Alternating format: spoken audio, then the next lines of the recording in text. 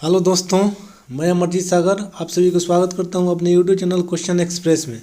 दोस्तों, क्वेश्चन शुरू करने से पहले मैं आप सभी से आग्रह करूंगा कि आप मेरे चैनल पे नए हैं तो कृपया लाइक और सब्सक्राइब कर दें।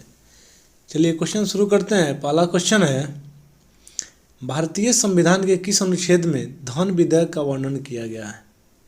बताएंगे दोस्तों, भारतीय संविधान के किस अनुच्छेद में धन विधेयक का वर्णन है? अनुच्छेद 85, अनुच्छेद 110, अनुच्छेद 130 या अनुच्छेद 123? बताएंगे दोस्तों इसका आंसर हो जाएगा बी नंबर, अनुच्छेद 110। देखेंगे, भारतीय संविधान के अनुच्छेद 110 में धन विधेयक का वर्णन किया गया है। अनुच्छेद 85 में संसद का सत्रवासन यानी सत्रवान का उल्लेख किया गया है एवं अनुच्छेद 130 में यह कहा गया है कि राष्ट्रपति की मंजूरी पर भारत के मुख्य न्यायाधीश दिल्ली या किसी अन्य स्थान पर सुनवाई कर सकता है। दोस्तों, अनुच्छेद 123 में अध्यादेश जारी करने का मतलब उसमें उल्लेख किया गया है, अध्यादेश जारी कर सकते हैं 123 के अंतर्गत। चलिए क्वेश्चन 2 देखेंगे, 2 नंबर क्वेश्चन देखेंगे। मोहम्मद गजनी ने भारत पर अंतिम आक्रमण कब किया था? मोहम्मद गजनवी ने भारत पर अंतिम आक्रमण कब किया था? बताएंगे दोस्तों, 1000 ईस्वी में या 1230 में, 1027 ईस्वी में या 1025 में? बताएंगे दोस्तों इसका आंसर हो जाएगा सी नंबर, 1027 ईस्वी। चलिए इसके बारे में देखते हैं। मोहम्मद गजनी अफगानिस्तान का रहने वाला था, जो गजनवी वंश का एक महत्वपूर्ण शासक था। मोहम्मद गजनवी ने भारत पर पहला आक्रमण 1001 ईस्वी में किया था तथा अंतिम आक्रमण 1027 ईस्वी में सोमनाथ मंदिर पर किया एवं लूट के ले गया। याद रखेंगे, सोमनाथ मंदिर दोस्तों गुजरात में है, याद रखेंगे गुजरात में। चलिए नेक्स्ट देखते हैं।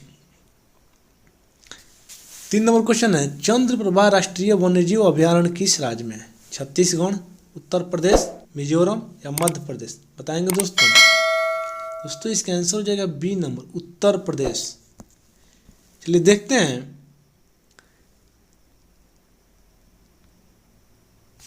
चंद्रप्रभा राष्ट्रीय वन्यजीव अभयारण्य उत्तर प्रदेश के चंदौली जिले में स्थित एक वन्यजीव अभयारण्य है, जो विजयगढ़ और नरवद नामक 2 पहाड़ियों पर 9600 हेक्टेयर क्षेत्र में फैला हुआ है। इसकी स्थापना 1957 ईस्वी में की गई थी। अब पहली बार 1958 ईस्वी में 3 एशियाई शेरों को यहाँ लाया गया था। वर्ष 1969 में इनकी संख्या 11 हो गई और वर्ष 1970 में सभी 11 शेर अचानक से गायब हो गए थे। याद रखेंगे दोस्तों, 1958 ईस्वी में यहाँ पे 3 एशियाई शेर को लाया गया था और 1969 में इनकी संख्या हो गई थी 11 और 1970 में पता ना ये कैसे गायब हो गया, 11 के 11 शेर इस जंगल से गायब हो गया था, इस वन्यजीव अभयारण्य से गायब हो गया था। चलिए देखते हैं। 4 नंबर क्वेश्चन है, आर्थिक उदारीकरण का जनक किसे कहा जाता है? अरुण जेटली, पी चिदम्बरम, डॉक्टर मनमोहन सिंह या इनमें से कोई नहीं? बताएंगे दोस्तों, आर्थिक उदारीकरण का जनक किसे कहा जाता है? दोस्तों इसका आंसर हो जाएगा C number, doctor Manmohan Singh. चलिए देखते हैं।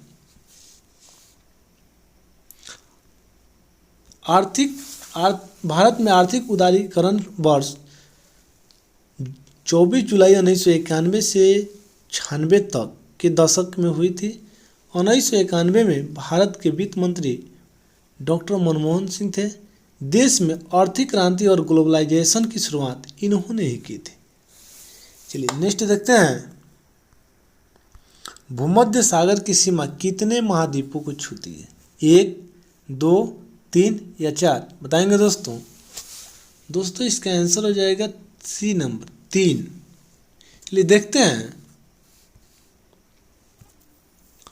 भूमध्य सागर 3 महाद्वीपों को छूती है, जो उत्तरी अफ्रीका, यूरोप, अनातोलिया तथा मध्य पूर्व में पूर्व के बीच स्थित है, याद रखेंगे। चलिए 6 नंबर क्वेश्चन है, धूम्रपान पर प्रतिबंध लगाने वाला विश्व का प्रथम देश कौन था?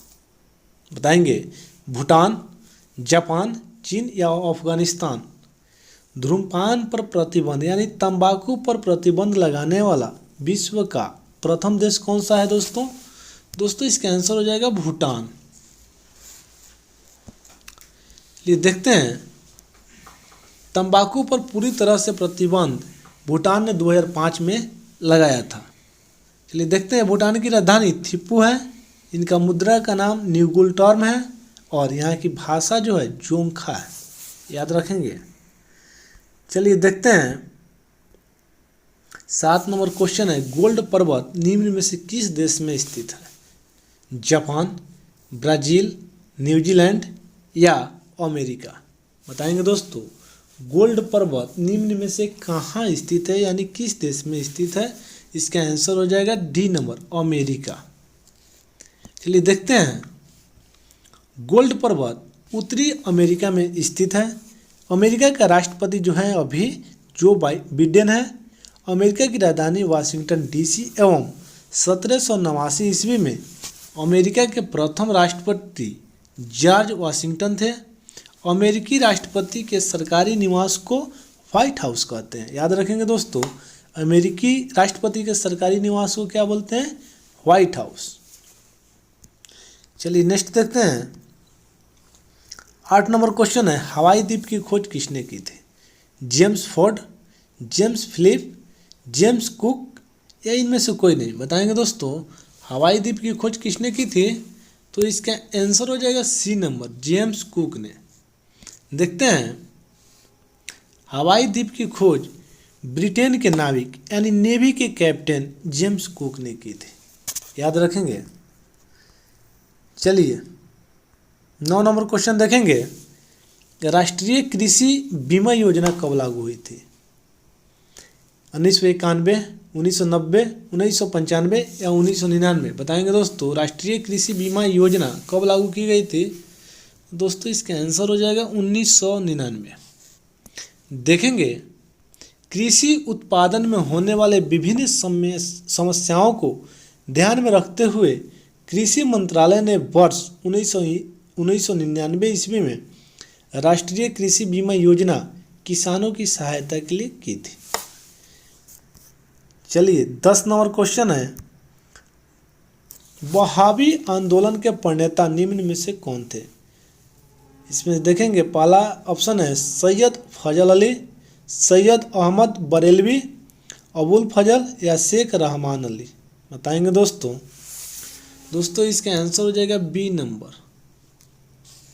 इसका आंसर हो जाएगा बी नंबर, सैयद अहमद बरेलवी। देखेंगे,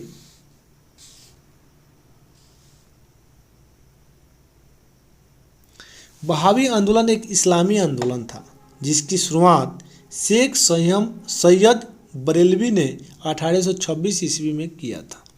इसका मुख्य उद्देश्य ब्रिटिशों के खिलाफ थी। इसका मुख्यालय पटना था, याद रखेंगे। चलिए 11 नंबर क्वेश्चन देखते हैं, सफ़ेद फास्फोरस को किसमें सुरक्षित रखा जाता है? मिट्टी का तेल, पानी के अंदर, द्रव नाइट्रोजन या इनमें से कोई नहीं। बताएंगे दोस्तों इसका आंसर हो जाएगा बी नंबर, पानी के अंदर। चलिए देखते हैं, श्वेत फास्फोरस का उपयोग फास्फोरस टिन, फास्फोरस कांच, फास्फोरस तांबा जैसे मिश्र धातु को बनाने एवं चूहा मारने जैसे विषैले पदार्थों को बनाने के लिए किया जाता है। दोस्तों इसका रासायनिक प्रतीक P होता है एवं इसका परमाणु संख्या 15 होता है, याद रखेंगे। चलिए 12 नंबर क्वेश्चन देखेंगे, द रीडिस्कवरी ऑफ इंडिया पुस्तक के लेखक कौन है? डॉक्टर राजेंद्र प्रसाद, पंडित जवाहरलाल नेहरू, मेघनाथ देसाई या महात्मा गांधी। बताएंगे दोस्तों इसका आंसर हो जाएगा सी नंबर, मेघनाथ देसाई। दोस्तों यहाँ देखेंगे, rediscovery of India Meghnath Desai की एक प्रसिद्ध पुस्तक है। इनका जन्म 10 जुलाई 1940 ईस्वी में बड़ौदा गुजरात में हुआ था। दोस्तों इसमें एक और क्वेश्चन होता है कि रीडिस्कवरी ऑफ इंडिया के लेखक मेघनाथ देसाई हैं, तो डिस्कवरी ऑफ इंडिया के लेखक कौन है? डिस्कवरी ऑफ इंडिया के लेखक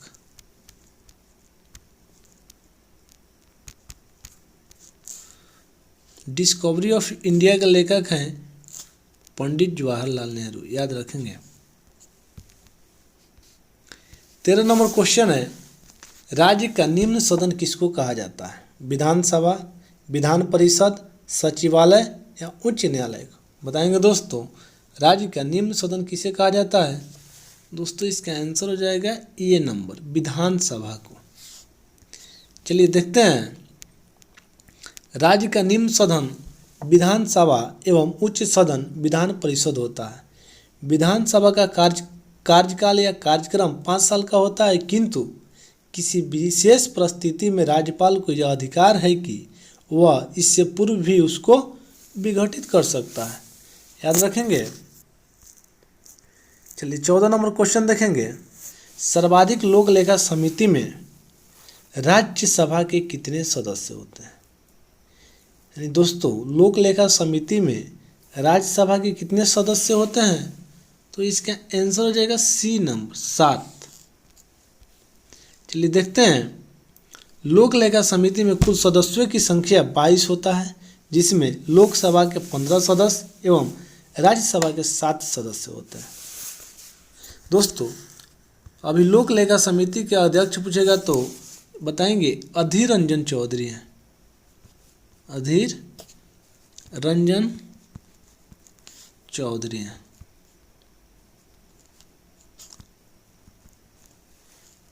चलिए नेक्स्ट देखते हैं, ईमेल के खोजकर्ता निम्न में से कौन है? मार्टिन कूपर, वान डगलस, शिवा अदुरई या पॉल एलन? बताएंगे दोस्तों।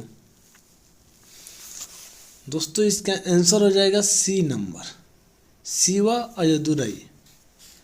चलिए देखते हैं, वर्ष 1973 ईस्वी में शिवा अदुरई ने ईमेल का खोज किया था, लेकिन इनका नाम आज तक उजागर नहीं हो सका।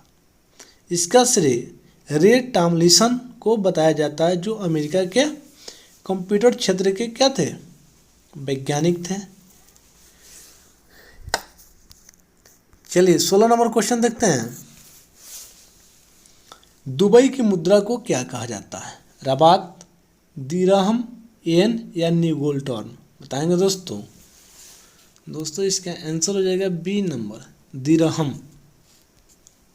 चलिए देखते हैं, दुबई संयुक्त अरब अमीरात का एक राज्य है जिसका मुद्रा दिरहम एवं सबसे बड़ा इमारत बुर्ज खलीफा इसी दुबई में स्थित है, याद रखेंगे दोस्तों। बुर्ज खलीफा कहाँ है? तो दुबई में है, याद रखेंगे। चलिए 17 नंबर क्वेश्चन देखेंगे, किस संविधान संशोधन के तहत लोकसभा के कार्यकाल को 6 वर्ष से घटाकर 5 वर्ष कर दिया गया? 44वां संविधान संशोधन, 42वां, 45वां या 71वां? बताएंगे दोस्तों। दोस्तों इसका आंसर हो जाएगा 1 नंबर, 44वां संविधान संशोधन। चलिए देखेंगे, 44वां संविधान संशोधन वर्ष 1978 ईस्वी में किया गया था। इसमें ही लोकसभा एवं विधानसभाओं की अवधि 6 वर्ष से घटाकर 5 वर्ष कर दी गई। इसके अंतर्गत राष्ट्रीय आपात स्थिति लागू करने के लिए आंतरिक अशांति के स्थान पर सैन्य विद्रोह का आधार रखा गया एवं आपात संबंधित अन्य प्रावधानों में परिवर्तन भी लाया गया, याद रखेंगे दोस्तों। चलिए 18 नंबर क्वेश्चन देखते हैं, आवर्त सारणी का पहला तत्व कौन सा है? सोडियम, हाइड्रोजन, ऑक्सीजन या सल्फर? बताएंगे दोस्तों। दोस्तों इसका आंसर हो जाएगा बी नंबर, हाइड्रोजन। चलिए 19 नंबर क्वेश्चन देखते हैं, ज्वाला गट्टा किस खेल के प्रसिद्ध खिलाड़ी हैं? टेनिस, बैडमिंटन, हॉकी या फुटबॉल? बताएंगे दोस्तों। दोस्तों इसका आंसर हो जाएगा बी नंबर, बैडमिंटन। देखते हैं, ज्वाला गुट्टा एक महिला बैडमिंटन खिलाड़ी हैं। इन्होंने 13 बार नेशनल बैडमिंटन चैंपियनशिप का खिताब भी जीत चुकी हैं। भारत सरकार द्वारा साल 2011 में इन्हें अर्जुन पुरस्कार से भी सम्मानित किया जा चुका है। याद रखेंगे दोस्तों, भारत सरकार ने 2011 में इन्हें अर्जुन पुरस्कार से भी सम्मानित कर चुका है। चलिए देखते हैं 20 नंबर क्वेश्चन है, मानव शरीर में यानी मानव रीढ़ में हड्डियों की संख्या कितनी होती है। यानी शरीर में नहीं कर रहा है दोस्तों, मानव की रीढ़ में हड्डियों की संख्या कितनी होती है। तो दोस्तों इसका आंसर हो जाएगा बी नंबर, 33। देखते हैं, मानव रीढ़ में कुल हड्डियों की संख्या 33 होती है, जो मनुष्य के गठीले सतह से सिर के मध्य से कमर तक पीछे की ओर होता है। रीढ़ के केंद्र में प्रत्येक हड्डियाँ खोखली होती है। दोस्तों याद रखेंगे, जो रीढ़ की हड्डियाँ होती है, ये केंद्र की रीढ़ की जो हड्डियाँ जो केंद्र में होती है वो खोखली होती है। दोस्तों अगर ये वीडियो आप सभी को अच्छा लगा हो, हेल्पफुल लगा हो, तो आप मेरे चैनल को लाइक करें, सब्सक्राइब करें और अपने मित्रों के साथ शेयर करें। दोस्तों इसी तरह का वीडियो मैं प्रत्येक दिन लाता हूँ और मैं कोशिश करूँगा, चाहे कोशिश करता भी हूँ कि आप सभी को जितना से अधिक से अधिक हो इसके बारे में, क्वेश्चन के बारे में बताऊं, समझाऊं और आने वाले आप लोग अब अपने एग्ज़ाम में फेस करें, कोई भी क्वेश्चन ना छूटे। आप लोग बढ़िया से देख के पढ़ें, कोई भी बुक पढ़ें, चाहे कोई भी चैप्टर हो, लूसेंट का हो, एसपीडी का हो या किसी भी प्रकाशन का हो, रिमाइंडर का हो, जिसके जहाँ सर का हो, किसी भी सर का हो या किसी भी प्रकाशन का हो, उसे एक बार नहीं 10 बार पढ़ें, बार बार पढ़ें। यही सब क्वेश्चन रिपीट हो रहा है। चलिए फिर अगले वीडियो में मिलते हैं आप सभी से। तब तक के लिए आप सभी को जय हिंद, जय भारत, वंदे मातरम। आपका दिन शुभ हो।